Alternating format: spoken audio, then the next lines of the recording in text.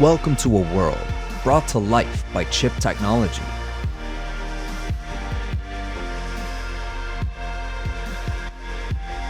Chips are in practically every electrical device, and these devices are getting smarter. This means they can communicate with each other through digital networks. They can automate the home and help us to communicate, to educate, and even to cultivate. This is a world built on connectivity, where cities function through seamless interaction between technologies. It's changing entire industries, and it's transforming how we control our environments. Since our world is getting smarter every day, we're asking, what companies will shape the world of 2025? This is Show Us the Money.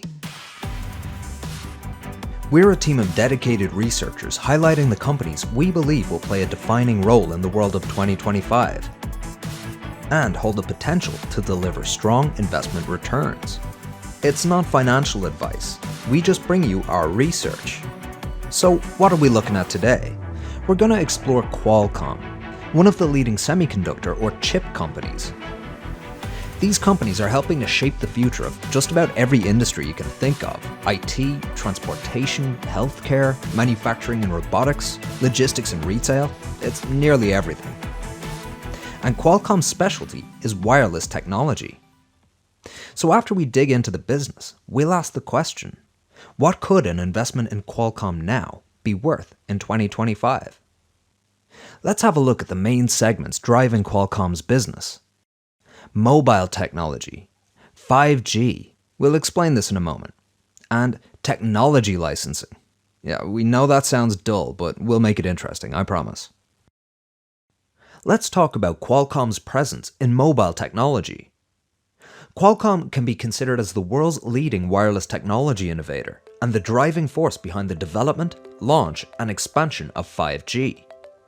Now, when we talk about 5G, we mean the fifth and newest generation of cellular network technology. It's what improves your data speeds, texts, and calls.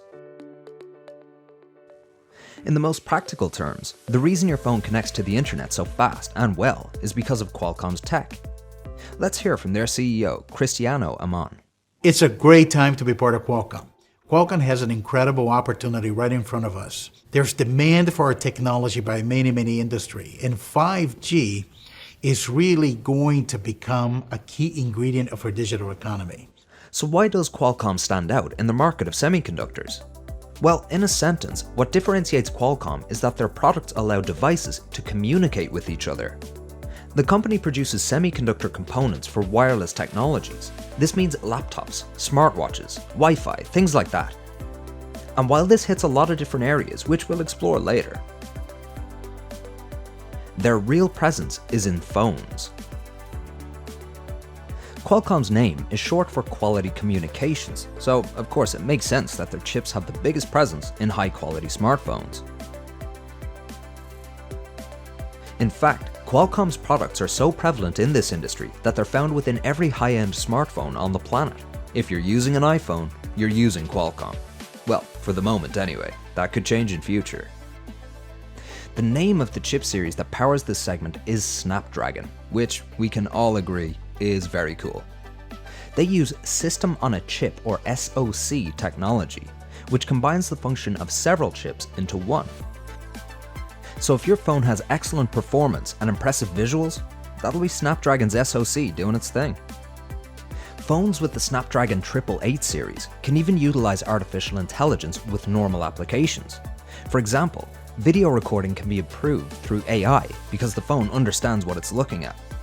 This means making grass greener, the sky bluer, and the leaves leafier, I guess. This is alongside other functions like smart battery saving, closing apps it thinks you won't need, so it's trying to help out. But Snapdragon is not just in your iPhone or Android device, it's also found in laptops, tablets, and smartwatches. And like some other chip makers we've covered, Qualcomm's tech can even be found in space exploration through a partnership with NASA, as the Mars Ingenuity helicopter uses Snapdragon technology. The common theme throughout Qualcomm's tech from the phones to the space stuff, is that it's designed to connect devices, allowing them to communicate between each other. Everyone from Apple to Google to Samsung uses Qualcomm's tech, and for two reasons. One, they have some of the highest quality multi-purpose chips on the market, and two, Qualcomm owns the patents for essential technologies to the industry. We'll explain this in detail later, but first, let's explore the growth of Qualcomm's mobile segment. So as we mentioned, Qualcomm's presence in the global phone market is very impressive, and practically total for the high-end devices. Their mobile revenues grew by 61% in fiscal 2021. Qualcomm's mobile business is easily their biggest segment at the moment, and revenue should continue to rise as 5G optimized phones disperse throughout the market. But while 2021 had incredible growth for this segment, getting over 60% is more than impressive. This growth rate is historically not sustainable, for mobile handsets anyway, but it still looks positive.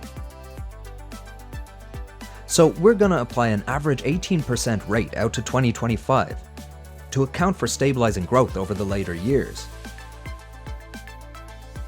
And we expect this segment will double 2021's mobile revenue. We'll revisit this section later in our overall financial wrap-up. And remember, you can check out our regularly updated financial videos to keep up with how Qualcomm is performing.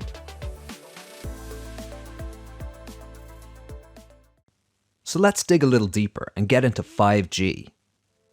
Just as a reminder, 5G is the fifth and newest generation of cellular network technology. It's a mouthful.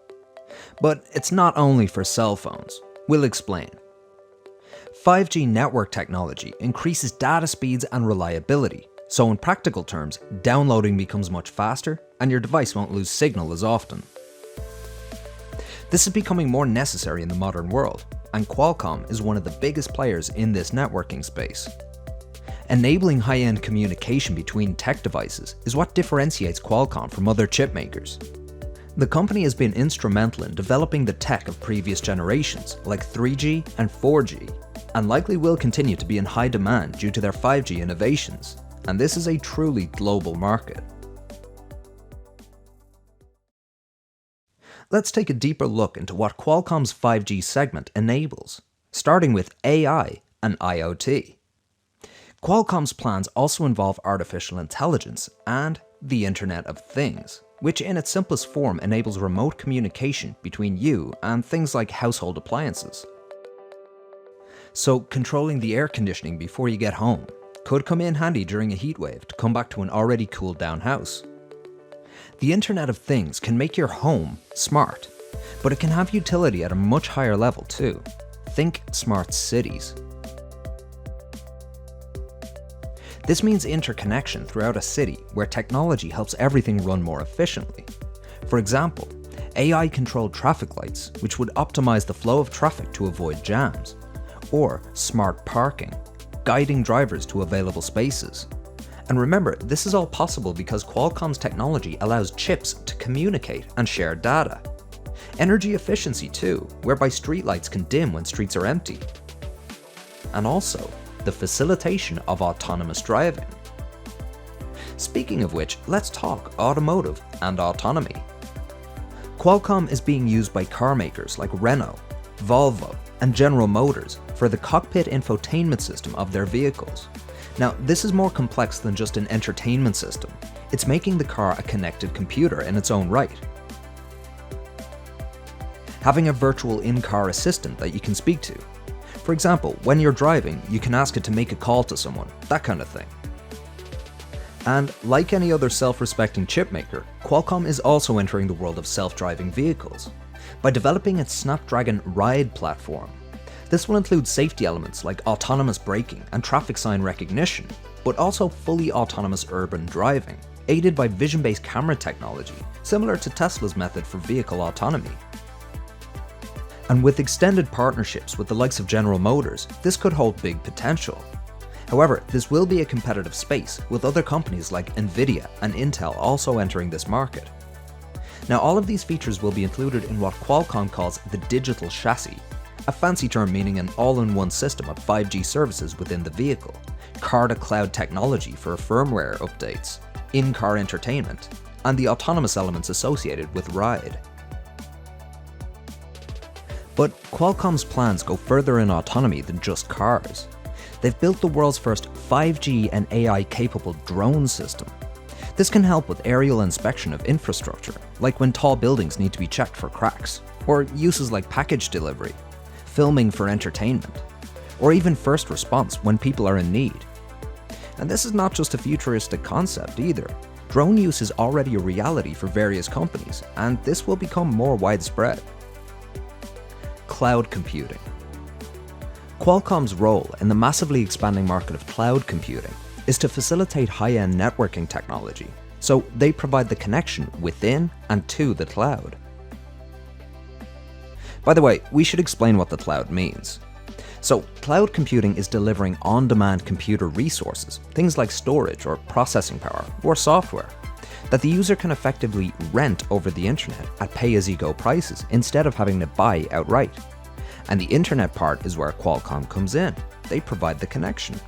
So, in a nutshell, fast, reliable connections between devices equals good cloud computing, and this is a very lucrative market. Extended reality. Qualcomm sees the future of mobile computing in extended and augmented reality, and are currently collaborating with Microsoft to develop next-generation augmented reality glasses using a custom Snapdragon chip. These glasses are going to harness mixed reality applications as part of the Microsoft Mesh platform, enabling face-to-face collaboration even when participants are physically located in different places. Users will be able to come together digitally, edit 3D content in real time, review projects faster, and recreate the benefits of in-person teamwork. Now we'll give you our thoughts. We think 5G is going to be huge, and it helps facilitate all the things we talked about. Drone deliveries, high-end cloud computing, artificial intelligence, smart cars, smart cities, even smart agriculture applications.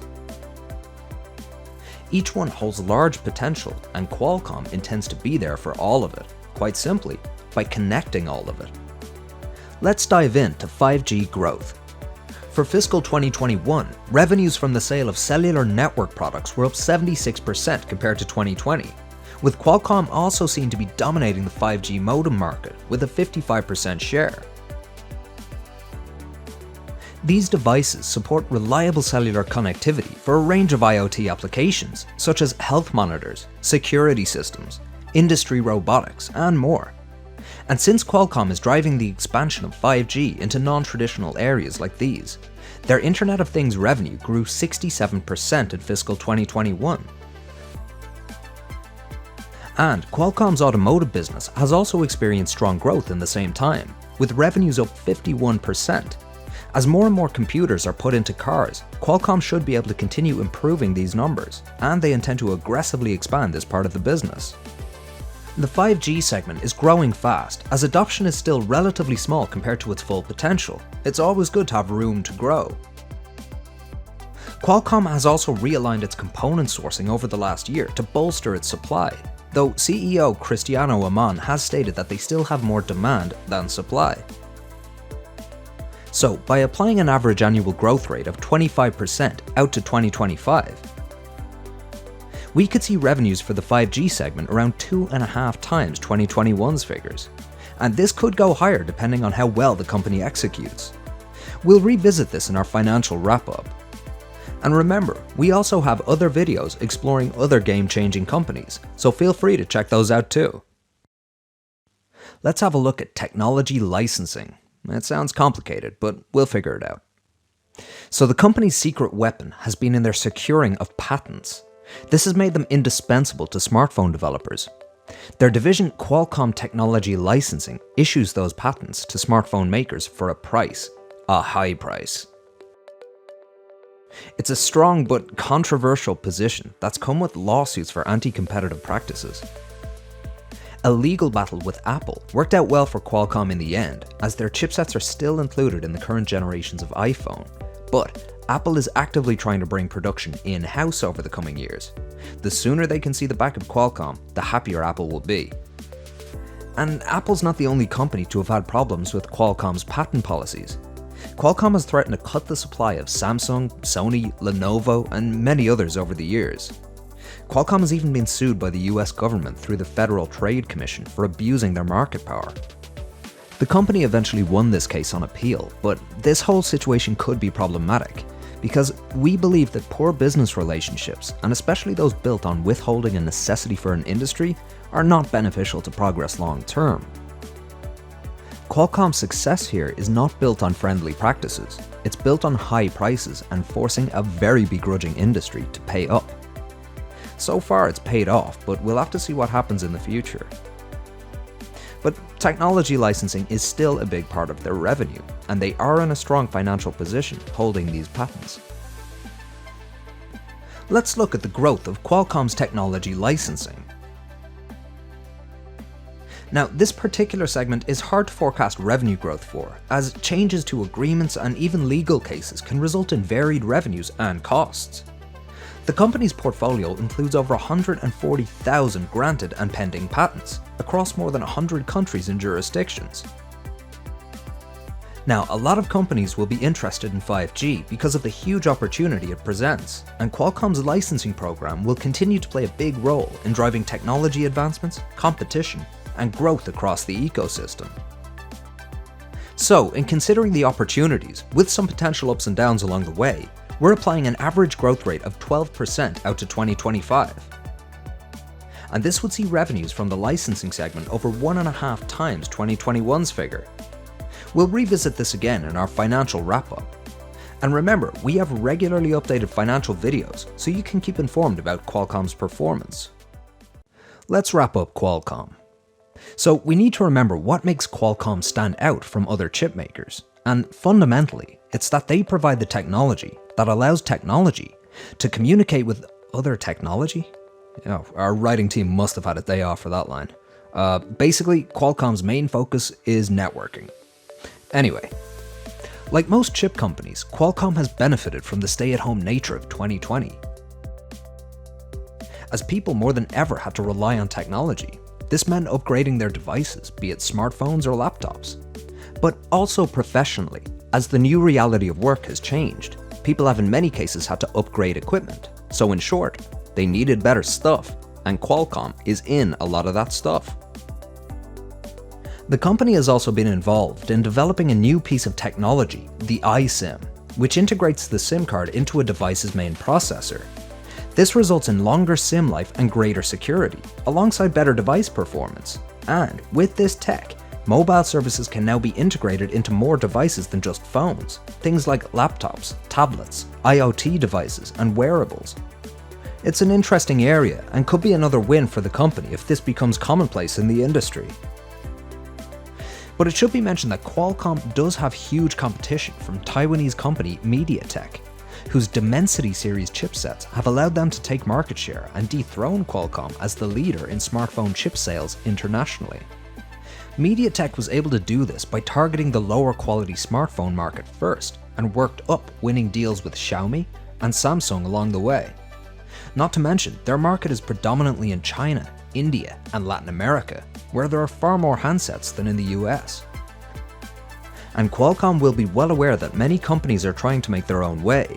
Samsung has helped Google develop their own system on a chip called Tensor, while several Chinese phone brands like Oppo and Vivo plan to build chips in-house, much like Apple.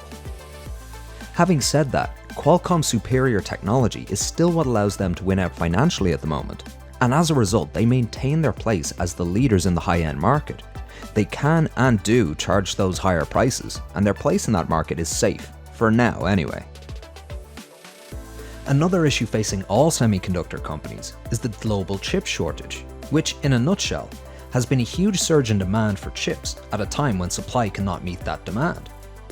Due to the global health crisis affecting production, there's a massive backlog for all chip makers trying to get their products made. It's good to be in demand, but that demand also necessitates having the products available to sell.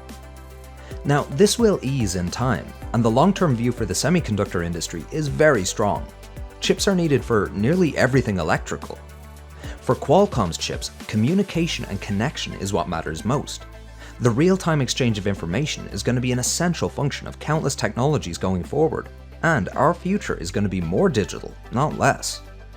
There's only a handful of names leading the chip industry, and Qualcomm is one of those names.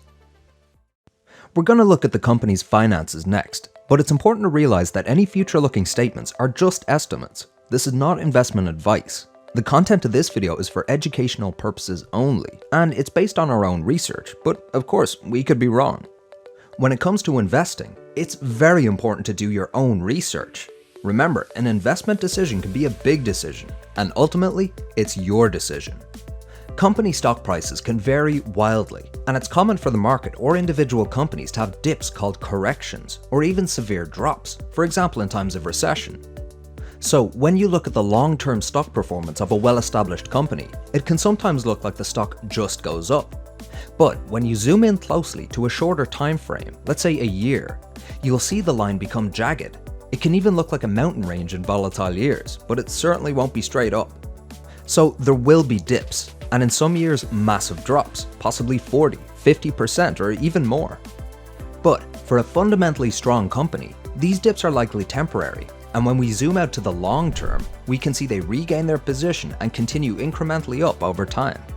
If a business has a strong competitive advantage and is built to be anti-fragile, then this should be positively reflected in the stock price over the long term, and that is very important, the long term.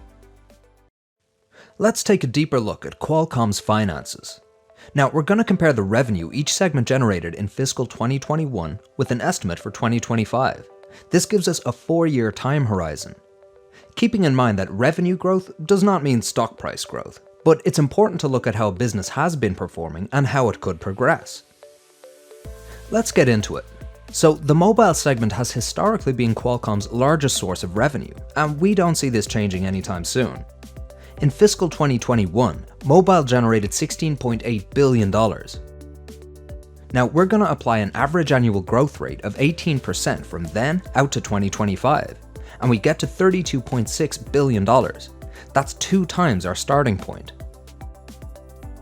For 5G, we're combining a number of different revenue streams, including autonomous vehicles and all of the Internet of Things technologies.